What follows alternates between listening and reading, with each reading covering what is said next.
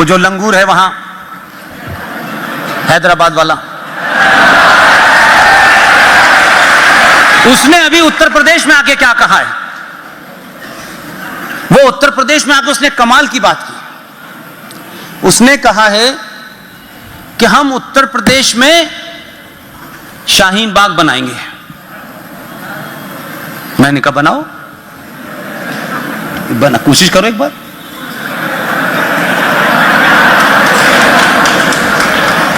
आपके करोड़ों लोगों के 23 करोड़ लोगों ने एक ऐसे आदमी को चुना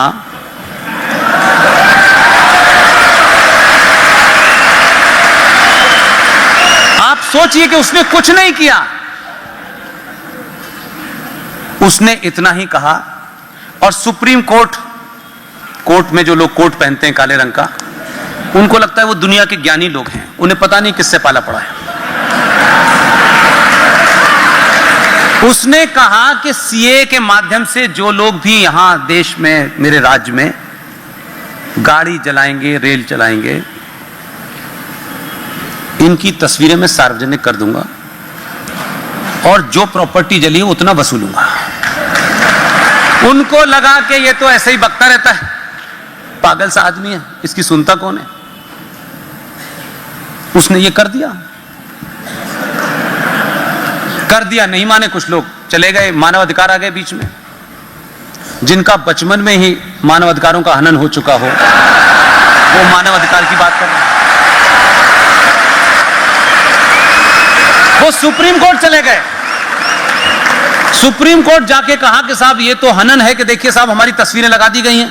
तो सुप्रीम कोर्ट में भी मानव अधिकारों की बड़ी बात होती है। उन्होंने तत्काल कहा कि इस ऑर्डर को वापस लिया जाए। उसने दोपहर में ऑर्डर वापस किया और शाम को अध्यादेश जारी कर दिया। और जब तस्वीरें लगी तो जो इंसानियत की बात करते थे, 3 मीटर लंबी दाढ़ी वाले, वो भी बस को जलाते हुए पाए गए। उनके यहां कागज पहुंचा दिया, इतने करोड़ आपको देना है और इतने दिन में देना है। यह ऐसा नहीं है कि दे दिया फिर 2 साल। शाम को वो सीन आपने नहीं देखा, ऐसे सीन देखा करिए कभी कभी। उत्तर प्रदेश की राजधानी लखनऊ में मुख्यमंत्री निवास के बाहर छोटे भाई का पजामा, बड़े भाई का कुर्ता, इतनी तादाद में खड़े थे और वहां से नारे क्या लग रहे थे? ए मौला एक बार बख्श दे, बस एक बार बख्श दे।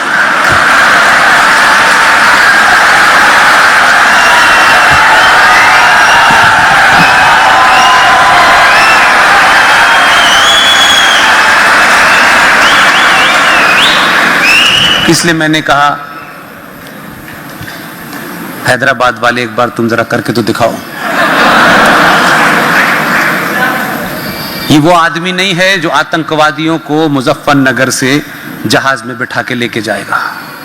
अगर इसे सुप्रीम कोर्ट के आदेश के तहत कहीं से जहाज में ले जाना नहीं पड़ा तो ये ऊपर से भी टपका देगा।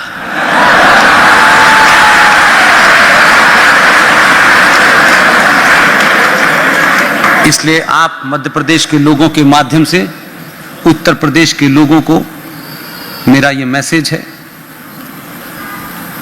1000 साल के बाद आपको जीवन में एक मौका मिला है।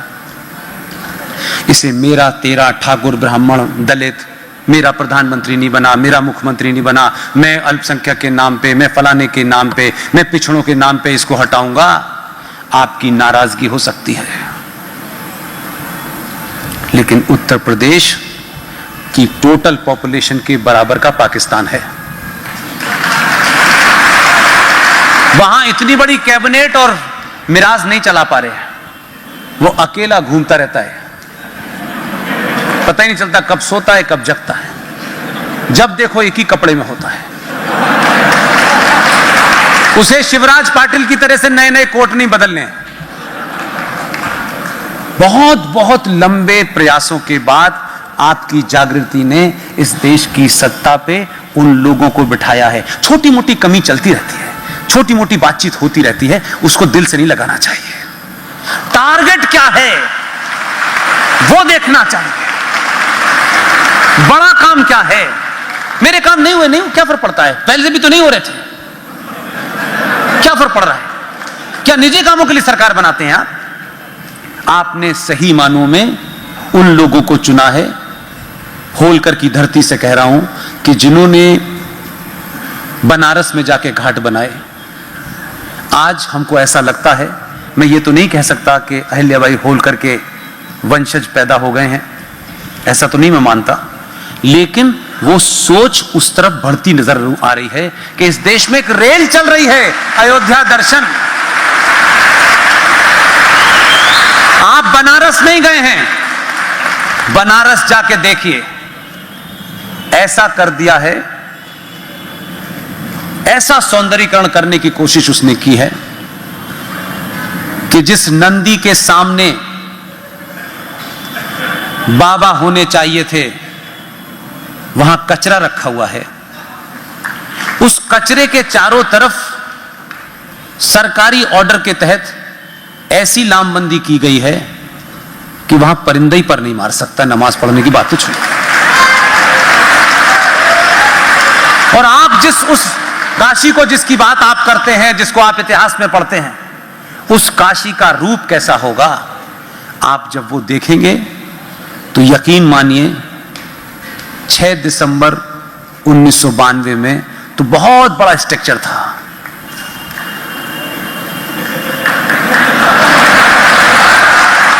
ये तो कुछ है नहीं। इसलिए राष्ट्र के प्रति, अगर राष्ट्र को बचाने के लिए, क्योंकि राष्ट्र परमानेंट है, फिर मैं कह रहा हूं, राष्ट्र को बचाने के लिए 150 लोगों पे कुछ मुकदमे हो जाए तो कोई बुरी बात नहीं है, कुछ नहीं। सत्ताओं का काम है संविधान से चलाएं, संविधान से हमको सजा दे दें, हमको सजा मंजूर है। यूं भी तो इस देश में लोग एक्सीडेंट में मर जाते हैं, कोई पूछता है उनको क्या? कम से कम 6 दिसंबर को अयोध्या में जिन्होंने शौर्य दिखाया, आप कुछ भी कहें, दुनिया में राष्ट्र ऐसे ही बनते हैं, ऐसे ही बनते हैं। ये जो पढ़े लिखे लोग हैं, ये समझते हैं कि सब कुछ कॉमा फुल स्टॉप से चलता है, कुछ नहीं होता। दुनिया में ऐसे ही हुआ। अभी गोवा से लौटा हूं मैं, एक सेंट जेवियर नाम का फ्रॉड था 400 साल पहले। आप सोचिए कि आपके लोगों के पास तथ्य मौजूद हैं, आप बोलते नहीं हैं, बताते नहीं हैं। गोवा में एक पिलर, एक खंबा मैंने देखा, जीवन में पहली बार गया, आप ही की तरह वहां लोग आए थे, मैं तो ताज्जुब कर रहा था, गोवा में मुझे क्या सुनने आए हैं? मुझे लगता था ये घूमने घामने वाले लोग हैं। उसे आप सोचिए कि ऐसे लोग आए थे जिन्हें शायद लोगों ने कहा कि ये कभी अपने घर से ही नहीं निकलते थे। वहां एक पोल है, उस पोल का नाम है हथकतलू। पता है क्या होता था? ये जो सेंट जेवियर के नाम से पूरे देश में स्कूल खुले हुए हैं, जिसकी लाश वहां रखी हुई है, उसकी डेड बॉडी को प्रिजर्व करके रखा है, 1 महीने के लिए बाहर निकालते हैं। जब मैं वहां था तो उसे बाहर निकाला उन्होंने। उस सेंट जेवियर ने उस पोल के पास जो ब्राह्मण अपना मत छोड़ करके ईसाई नहीं बनते थे, उनके हाथ काटे जाते थे, इसलिए उसका नाम हथकतलू रखा हुआ है। वो मौजूद है। वहां एक कुआं बना हुआ है, हजारों औरतें हर रोज, सनातनी हिंदू महिलाएं अपना स्वाभिमान बचाने के लिए उसमें कूदती थी। सब कुछ सामने दिखता है, वहां दीवारों पे लिखा है, किताबों पे है, आप पहचानना नहीं चाहते, लेकिन स्कूल में सेंट जेवियर में आपका बच्चा पढ़ने जाता है। क्या आपके अंदर इतना पुरुषार्थ नहीं है कि आप गुरुकुल बनाएं? क्या आप पैसे से कमजोर हैं क्या? क्यों सबको अंग्रेजी की शिक्षा देनी है? और अब तो आपका प्रधानमंत्री ऐसा पहुंचा जो इंग्लिश जानते ही नहीं, तो इंग्लिश जाने बगैर भी प्रधानमंत्री बना जा सकता है।